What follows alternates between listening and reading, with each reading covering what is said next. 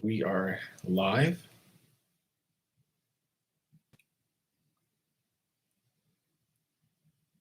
What's going on?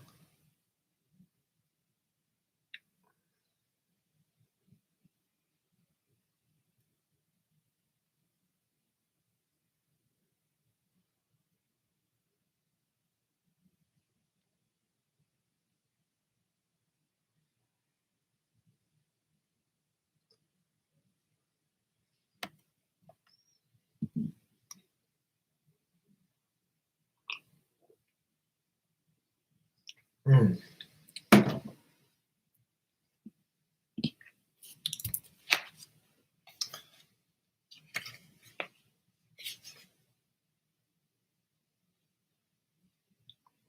Skull has joined. What? I just found $20. What? Sick. I'm down.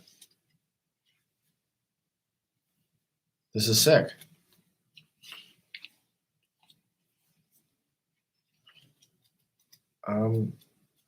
Well, shit, this is awesome. Cold Heart, hello. I was flipping through this book I got, this new book. It's called 3 Minutes Devotions for Men. And there was a random $20 bill inside of it. I think I don't know what I was using this for, but dude, finding $20 just randomly and not knowing you had it is really cool. Ooh, it's Rayburn. What's good? Rayburn is in the chat. So how's it going? I'm simultaneously streaming on my personal YouTube channel and my music Instagram channel. How's it going? So if I'm looking this way, I'm looking at you, YouTube. If I'm looking this way, I'm looking at you, Instagram. How's it going? This is the 4th live stream. It's probably going to be a little bit of a shorter live stream because I am in the process of moving. We are packing things, getting this whole house together. As you can see, my whiteboard is already down here. Ooh, it needs to be cleaned.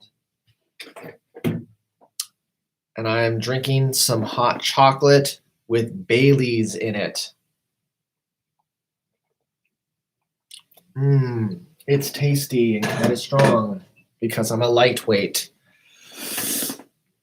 So hope everyone's doing good. We are just chilling. Ray Burns, you got the flu. Oh, shit. Better drink some soup. Chicken noodle sounds good. I'm doing good. Dig your remix, by the way, Rayburn. Seems like the other guys were digging it too. I'm doing good. I'm excited to be moving. I finished a new track that I'm going to submit to a label that wants it, so that's pretty cool. Just need some final touches, mixing. I did a different type of mixing style. Cold Heart says you need a cow level in your video game. Maybe as a secret. I mean, obviously it's going to be like a secret hidden level.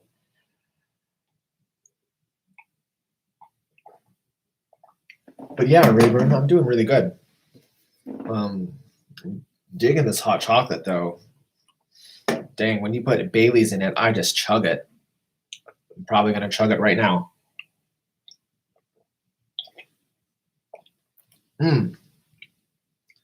This was something my wife turned me on to, is putting Irish liqueur creamer in your hot chocolate. Gives it a little extra push. Yeah, I'll play my upcoming track. Let me just finish this.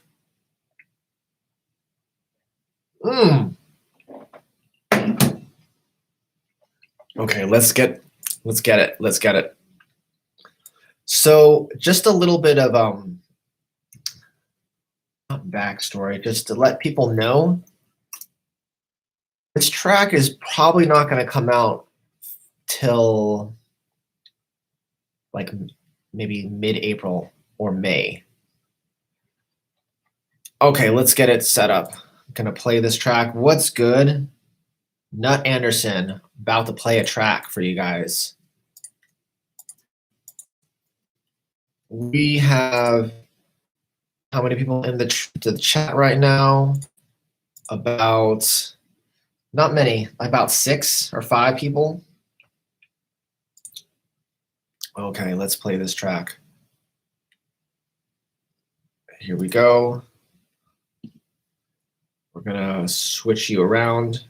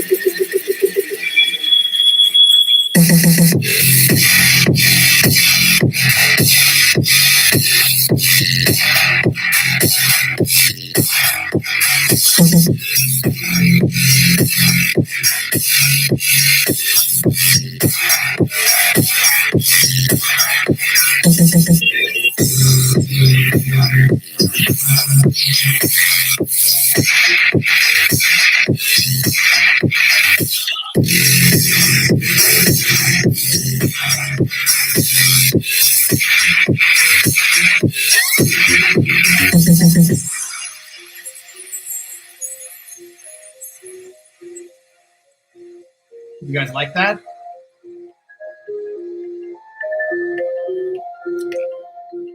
I'm surprised you could hear that through. So that was coming out through my speakers, recorded into my phone, and streamed back to you guys. So the fact that you could hear that sub was pretty cool. Whoa, we got some glitches going on. I don't know if you guys could see that. Jeez, okay, there we go. Glad you guys like that. Cold Heart, you asked what type of video game am I making? Just so you know, the video game is kind of ways off, but it's going to be like a shmup, a shooter type game. It's a very old style game that was really popular in the arcades.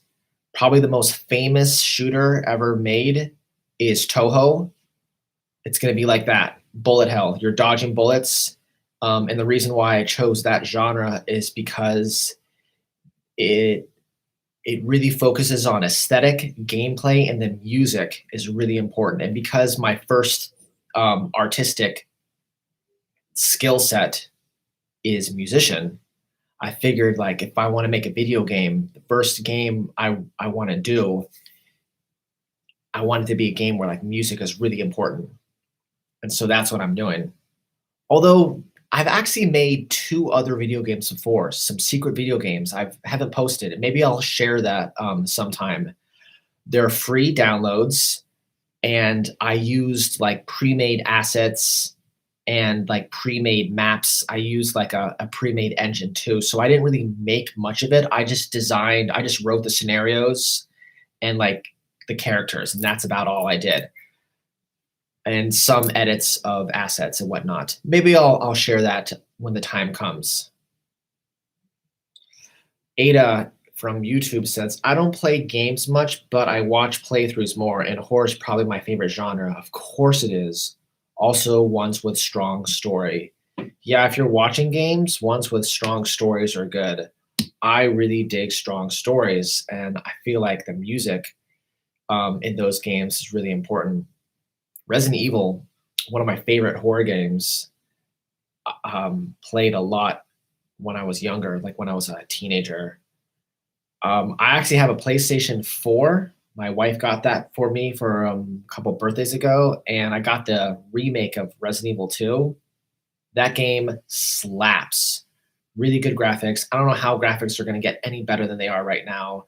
I know the PlayStation 5 is out, but I don't see how you can get better than the PlayStation 4. It's already so good that I like don't want them to get any even better.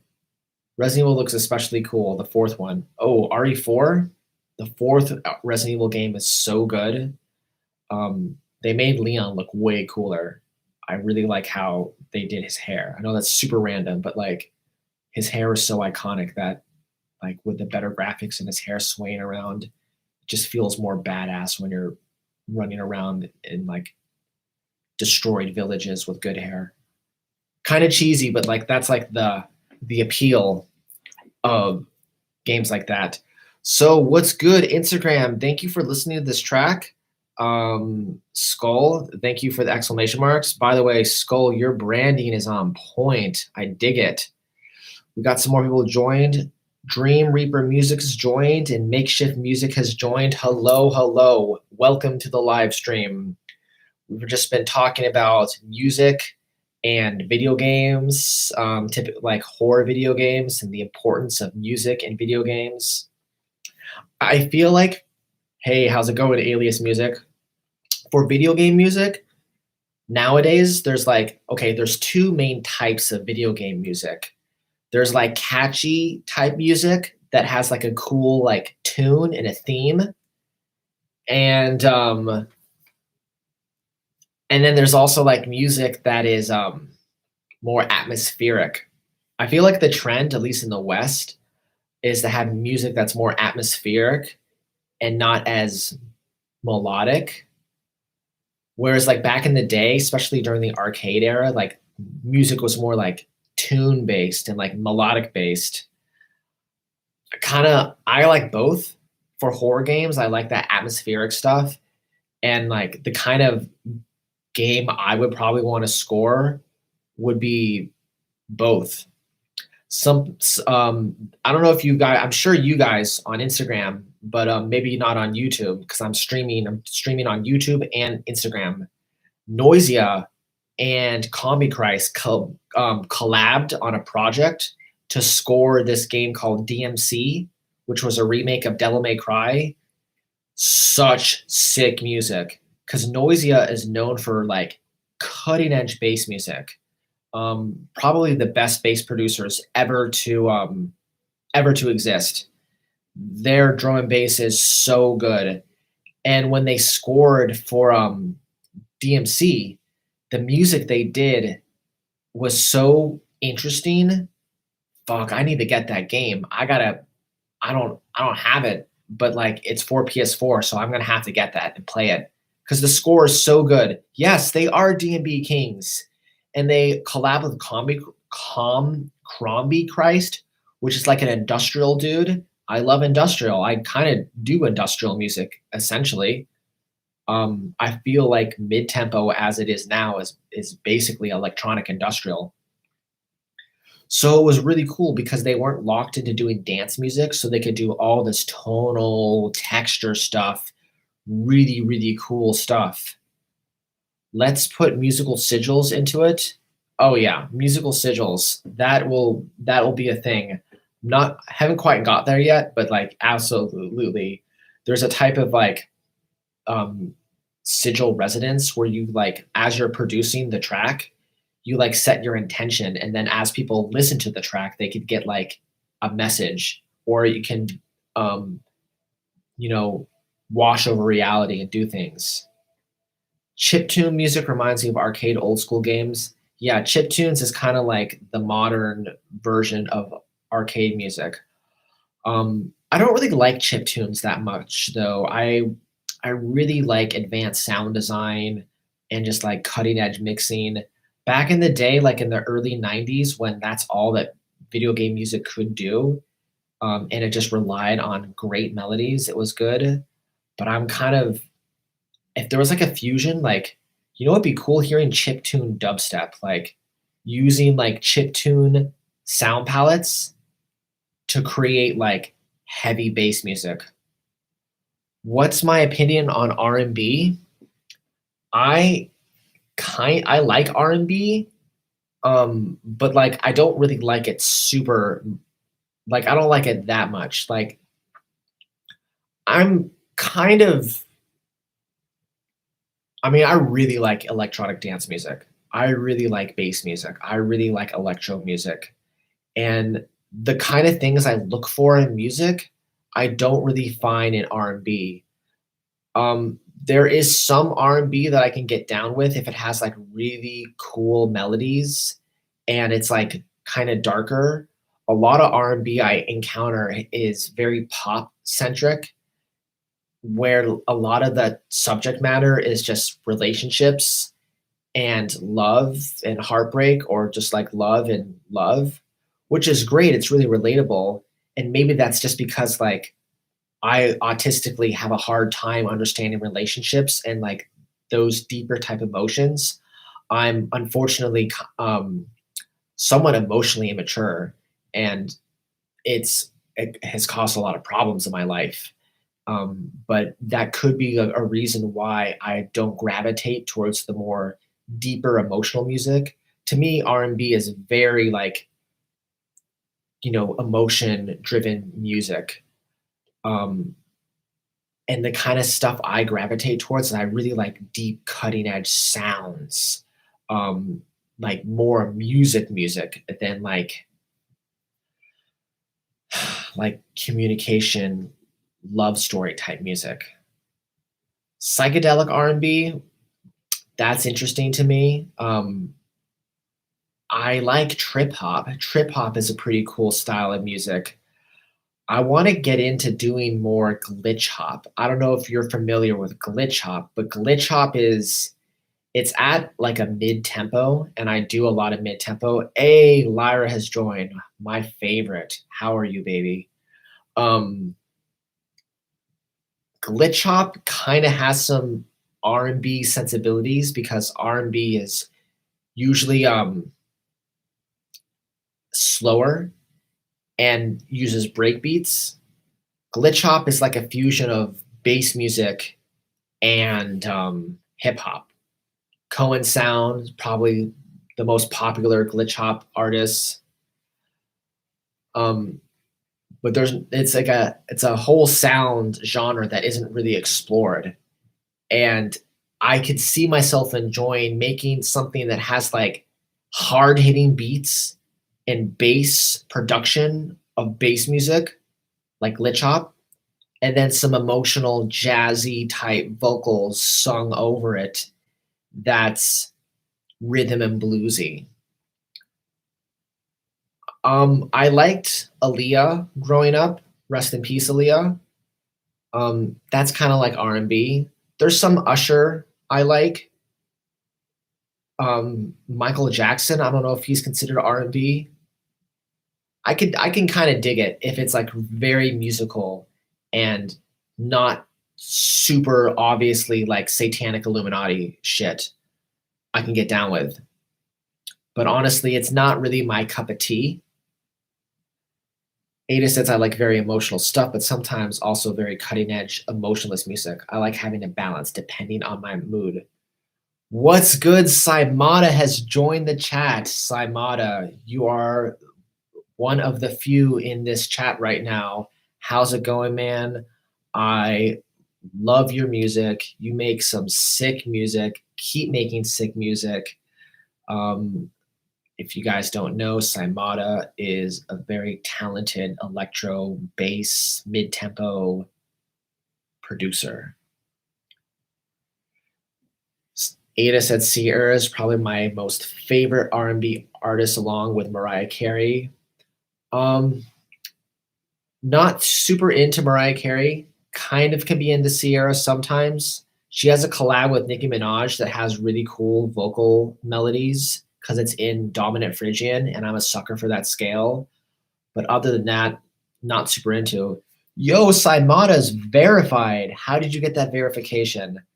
Um, I I mean, it's just a check mark, honestly. It doesn't really mean much, but like my ego just like really wants that. Um, yeah, yeah, baby. Don't worry. I'm not gonna ramble on for ages. We'll pack.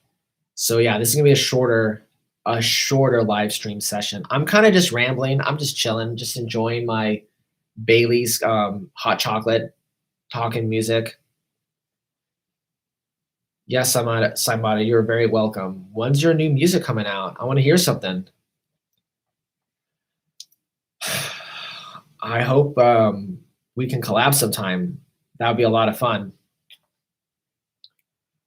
Whoa, Cold Heart just wrote a bunch of music notes in here.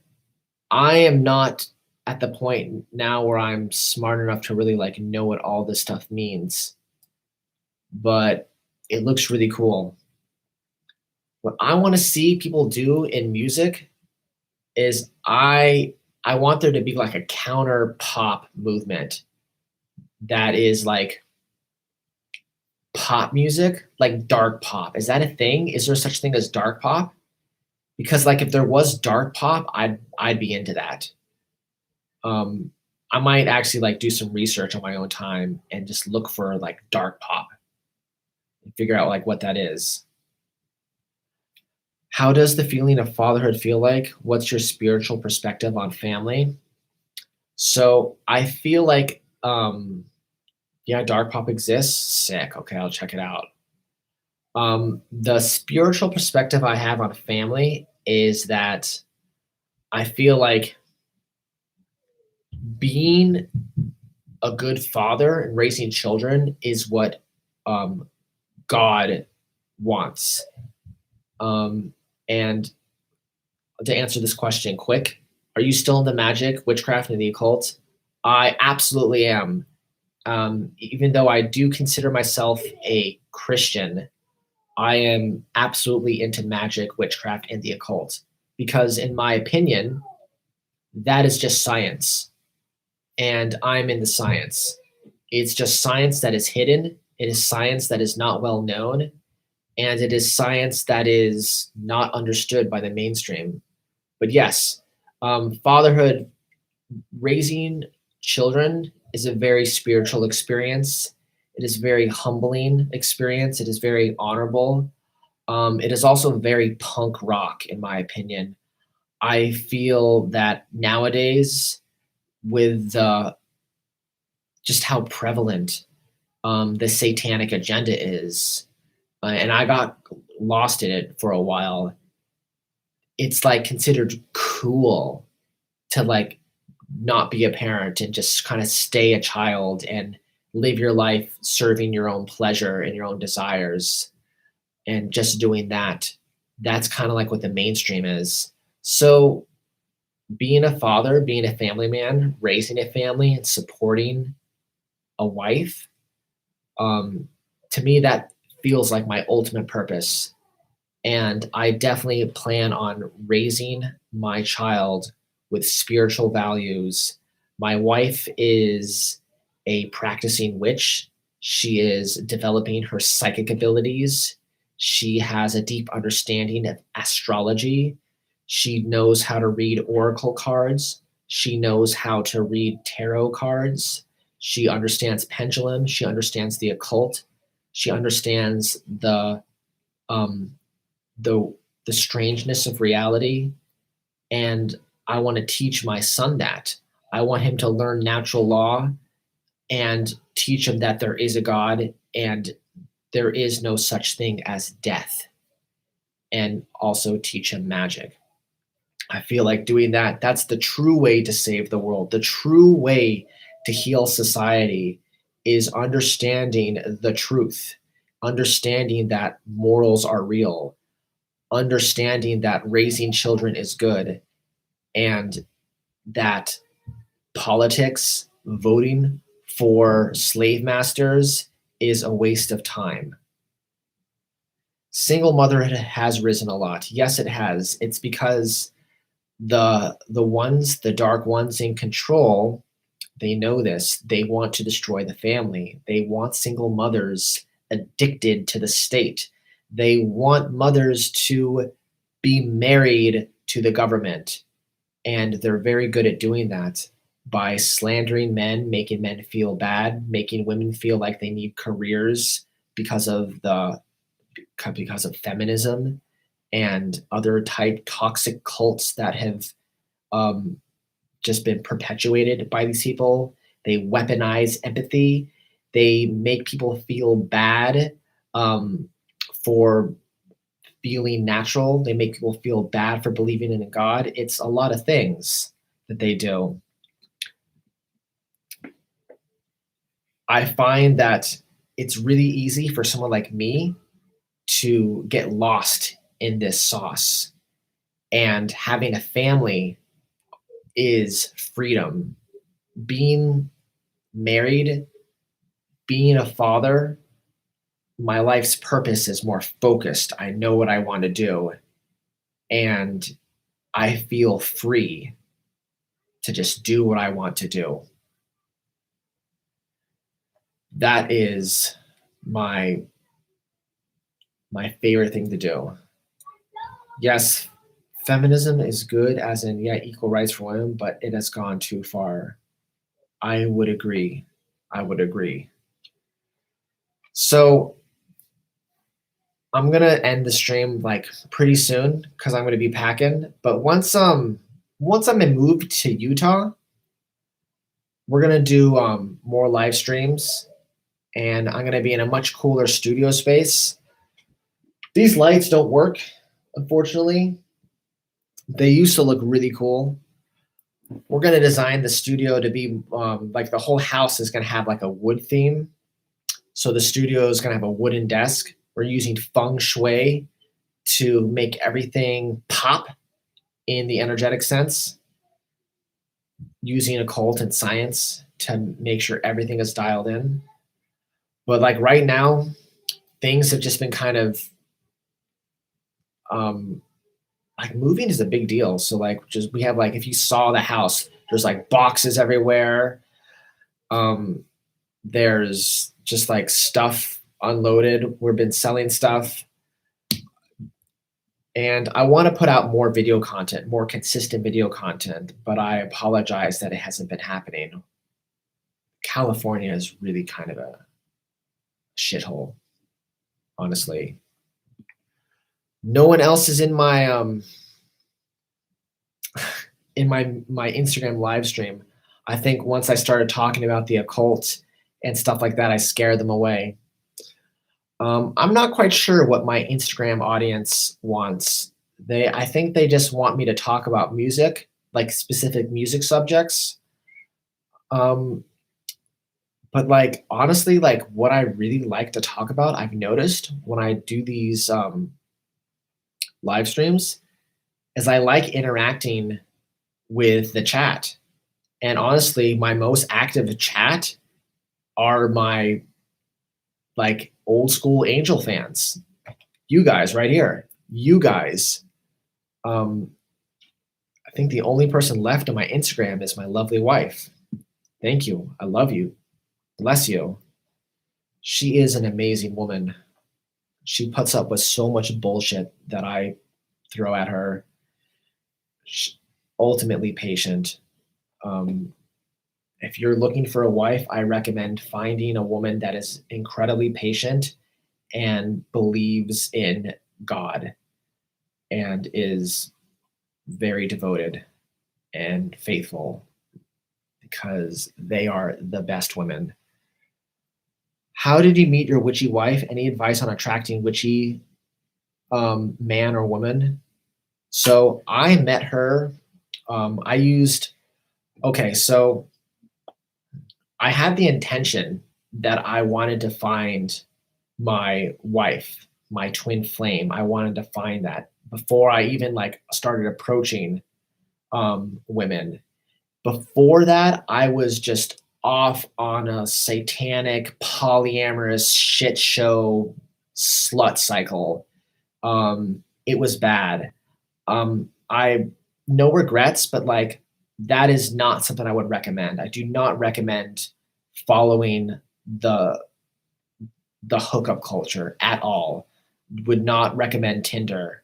Just being very intentional, having standards, and not waving from that standards. I knew immediately as soon as I started talking to my wife that she fit my standards exactly what I wanted, and I just didn't waste any time asking her out. I used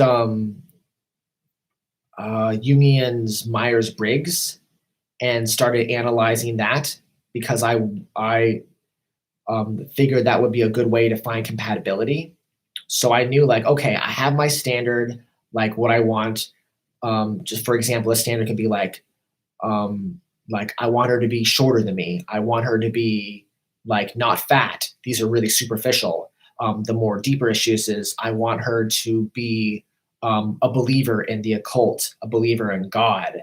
I want her to be feminine. I want her to be slightly conservative and have traditional like gender role values. I want her to be moral. And I want her to have a history of not treating her exes like shit. And there are some other ones that I'm like missing, but like you have your standards. And then I use Myers Briggs to filter out compatibility. So, for example, I'm an INTJ, my wife is an ENFP. Typically, those personality types really, excuse me, they mesh well together because um, they have some similarities and they also have some like differences that complement each other. So with that knowledge in hand, see how this is all very intentional. Like I like thought about all this stuff, and then I was like, okay, I know what I'm looking for. I have a standard, and I have like a personality type. That could be like anything. That could be like I could have used astrology. I could have used like um, anything else. So I went on Facebook. I know Facebook's kind of weird to do this, but I wanted to just that was where the groups were. So I found an ENFP group and I went through the group and just like sort of lurked out, hung out, treated it like a bar or a nightclub, like I was meeting people. And I would like look at people's profiles and like see things that would resonate. And my wife's profile really resonated with me because the place that she said she was from was a place that was like really close to my heart and soul that I remember like I just have very fond memories of. And it was a very spiritual place. And I was like, whoa, this person's from this place. Like I could, that's like a good conversation starter. So that um like engaged the conversation. Like it was like I kind of already knew this was like the coolest woman ever.